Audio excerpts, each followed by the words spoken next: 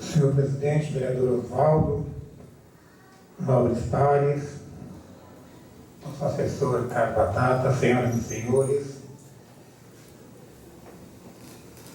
Inicialmente, senhor presidente, gostaria de deixar registrado os parabéns às equipes da molecada de Lecumberri e família que disputaram a semifinal do Campeonato Municipal no último domingo e se classificaram para a final, e aproveitar a oportunidade para convidar também a população, todos aqueles que gostam de futebol, para que estejam no campo, espaço Durval Marito Júnior, o campo do Caju, para assistir a final do campeonato, que será por enquanto, está confirmado para o próximo domingo. Convidar essa presidência também que esteja lá para prestigiar as duas equipes que estarão disputando o último jogo do campeonato, estarão disputando o título desse ano. Registrar também e agradecer em nome das pessoas que residem no Balneário Atlântico. Foi colocado seixo rolado, é isso, Domingos? Isso foi colocado em 2 ruas, ainda falta alguma coisa, mas se fizer um trabalho já ajudou muito as pessoas daquela localidade. Não fosse isso, certamente com essas chuvas as pessoas teriam inúmeras dificuldades lá e facilitou sobremaneira o acesso das pessoas às suas casas. Então fica aqui o registro de que foi feito, porque esse vereador veio aqui e disse que não havia sido feito. Esse vereador veio aqui de novo e disse que estavam demorando, que não tinham feito. Esse vereador veio aqui de novo e disse de novo que não tinham feito, agora fizeram. Então fica aqui o registro de que foi feito e o agradecimento daquelas pessoas pelo trabalho que foi feito, porque realmente ajudou sobremaneira aquelas pessoas. E a mim também, inclusive, porque eu moro lá naquele balneário. Agora, eu venho a essa tribuna também para fazer alguns comentários sobre o que aconteceu a semana passada, mas o que aconteceu a nível nacional. Que aconteceu algo extremamente lamentável, algo muito sério para a República, algo muito sério para o governo, algo muito sério para todos os brasileiros. Foi preso em flagrante um senador da República combinando a fuga de um preso que está, através de um acordo de delação premiada, está contribuindo para que outros criminosos sejam presos. E um senador da República se deu ao disparate de combinar uma estratégia de fuga para esse cidadão que está preso, se deu ao disparate de combinar o pagamento de R$50 mil mensais para a família desse cidadão que está preso, se deu ao disparate de combinar o pagamento de R$4 milhões inicialmente. Ou seja, tentou negociar o silêncio desse cidadão, a fuga desse cidadão, consequentemente o silêncio dele, comprando a comodidade da família. Infelizmente, o filho desse cidadão gravou a conversa, mas gravou porque não confiava no advogado. Gravou a conversa e levou isso para a Polícia Federal e o senhor Delcídio Amaral foi preso. Mas agrava a situação o fato de o senhor Delcídio Amaral, que é senador da República, ser o líder do governo. Que depois que foi preso, claro, o governo falou que não é tão líder assim, não é bem assim.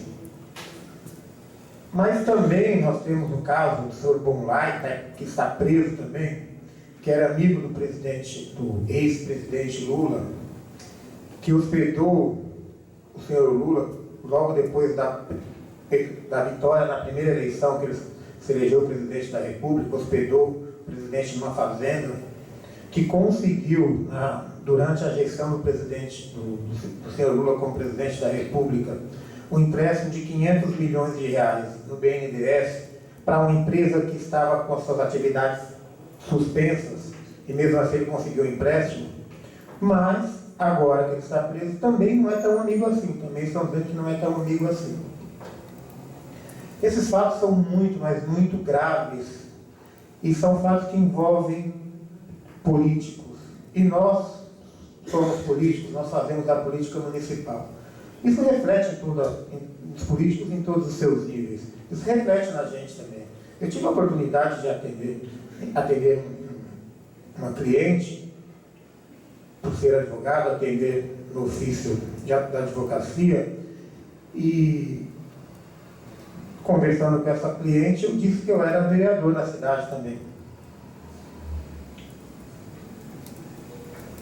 e ela perguntou se eu era um político honesto, porque político honesto no país está cada vez mais raro. Claro que ela perguntou porque ela assiste todas essas reportagens, ela assiste os telejornais e diuturnamente você tem notícias de que realmente os políticos, fundamentalmente a nível nacional, no Congresso Nacional, este governo, a cada momento é um escândalo novo que aparece. Então, a classe política cai num total descrédito. A ação dessas pessoas no governo federal, a ação dos políticos em Brasília tem reflexo imediato em todos os políticos do país. Tem reflexo, infelizmente também tem um reflexo sobre nós, sobre cada um dos vereadores dessa casa, porque a descrença em relação à política é enorme. Infelizmente, só aumenta. Eu me dei ao trabalho de fazer algumas pesquisas, até para retratar um pouquinho o que é o cinismo de algumas pessoas que fazem política, de algumas pessoas que se veem no direito de enganar a população brasileira. Eu vou ler um texto aqui, depois eu digo quem foi que disse isso e quando disse isso. Não é possível assistir calado ao governo Fernando Henrique destruir o país. Vivemos uma crise moral e ética sem precedentes. Por muito menos o Collor sofreu impeachment e o Nixon renunciou. Nixon foi presidente dos Estados Unidos. Isso foi dito em 1999 pelo senhor Lula, que depois virou presidente da República. Recentemente, ele também veio à imprensa e fez um outro pronunciamento. Não há contraditório, não há direito de defesa. O julgamento é feito pela imprensa. Os condenados já estão escolhidos. Eles não estão preocupados com os enormes prejuízos à Petrobras e ao país. O que eles querem é criminalizar o PT e paralisar o país. Esse foi o mesmo Lula em relação ao escândalo, todo esse escândalo da Petrobras, todo esse escândalo está envolvendo o governo federal e fundamentalmente o PT e o PMDB, que são o núcleo forte do governo. Nem parece que é a mesma pessoa que está dizendo, até porque em 1999 nós não tínhamos 1/100 dos escândalos que nós temos hoje envolvendo o governo do PT. Ele foi tão rígido, tão crítico em relação ao que aconteceu naquela época e agora faz a defesa dos seus companheiros, dos seus comparsas, dos quadrilheiros que tomaram conta do governo do Brasil, dos quadrilheiros que estão instalados no Palácio do Planalto.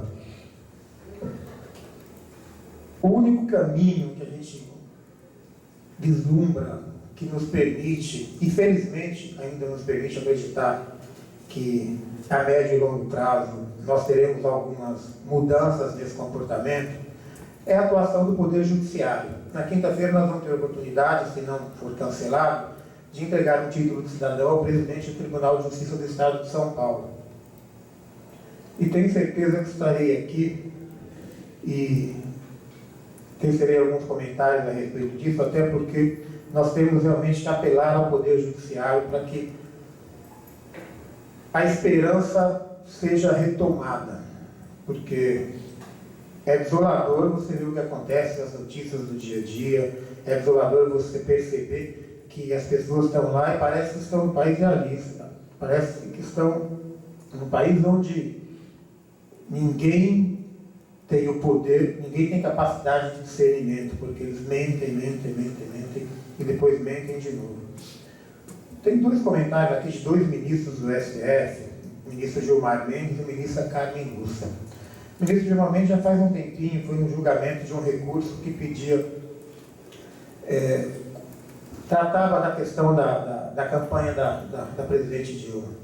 Ele, no julgamento, ele fez um comentário, foi até muito criticado na época, mas o comentário foi o seguinte: ladrões de sindicato transformaram o país em um sindicato de ladrões. Não podemos permitir que o país se transforme em um sindicato de ladrões. Foram essas as palavras. Ele foi até criticado porque muitos entenderam que ele foi muito rígido e muito direto em relação ao PT e ao governo. Isso é o ministro do STF, não deveria se comportar dessa forma, mas ele reiterou o que disse depois e deixou bem claro que não se arrependia e que era isso que pensava. Agora, em relação a esse último episódio, que envolveu o senador Delcídio Amaral, que está preso, primeiro senador da República no Brasil, preso após a Constituição de 1988, e só pode pretender que foi em flagrante se o fato for muito grave, então ele está preso porque realmente foi em flagrante, o fato foi grave, e digo mais, ele só está preso porque ele citou o nome de ministros do STF. Disse que havia conversado, já havia se acertado com alguns ministros, não, também não estaria preso não. Mas aí os ministros se viram na obrigação de prendê-lo, porque senão perderiam a moral. Mas a ministra Carmen Lúcia fez um comentário, e um comentário digno de nota e digno de anotação. Por isso eu pesquisei na internet e copiei para ler aqui também, até porque ela fala em esperança, nos termos em que foi colocado alguns anos atrás, e deixa um recado que nos permite acreditar que ainda é possível ter esperança. Vamos lá. Disse a ministra: na história recente de nossa pátria, houve um momento em que a maioria de nós brasileiros acreditou no mote de que a esperança tinha vencido o medo. Depois, nos deparamos com a Ação Penal 470, o Mensalão, e descobrimos que o cinismo venceu a esperança. E agora parece-se constatar que o escárnio venceu o cinismo. Quero avisar que o crime não vencerá a justiça. A decepção não pode vencer a vontade de acertar no espaço público. Não se confunde imunidade com impunidade. A Constituição não permite a impunidade a quem quer que seja.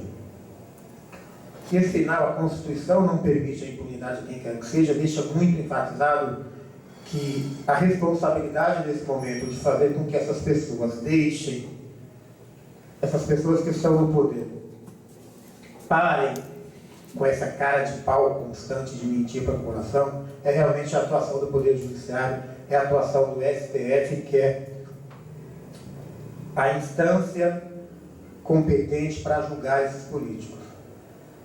O presidente do Senado é acusado. O presidente da Câmara dos Deputados é acusado.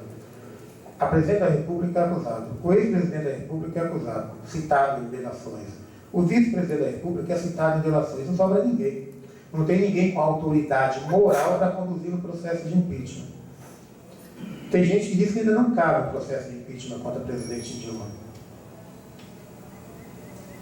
Onde está a legitimidade desse governo, que já disse que mentiu para ganhar a eleição? Onde está a legitimidade do governo que só tem 7% de aprovação popular? Onde está a legitimidade do governo que tem seu líder preso? Onde está a legitimidade do governo que é pego em mentiras a cada momento? Se não há razões para um processo de impeachment nessas circunstâncias, quando que nós teremos? O que nós não temos, é verdade, é liderança e gente com autoridade moral lá em cima para conduzir esse processo. Porque se nós tivéssemos lideranças de verdade, esse processo seria iniciado, conduzido, e a presidente Dilma sofreria esse impeachment a bem do Brasil e dos brasileiros, a bem de todos nós, a bem de uma gasolina num preço mais acessível, a bem de uma inflação menor, a bem de juros menores, a bem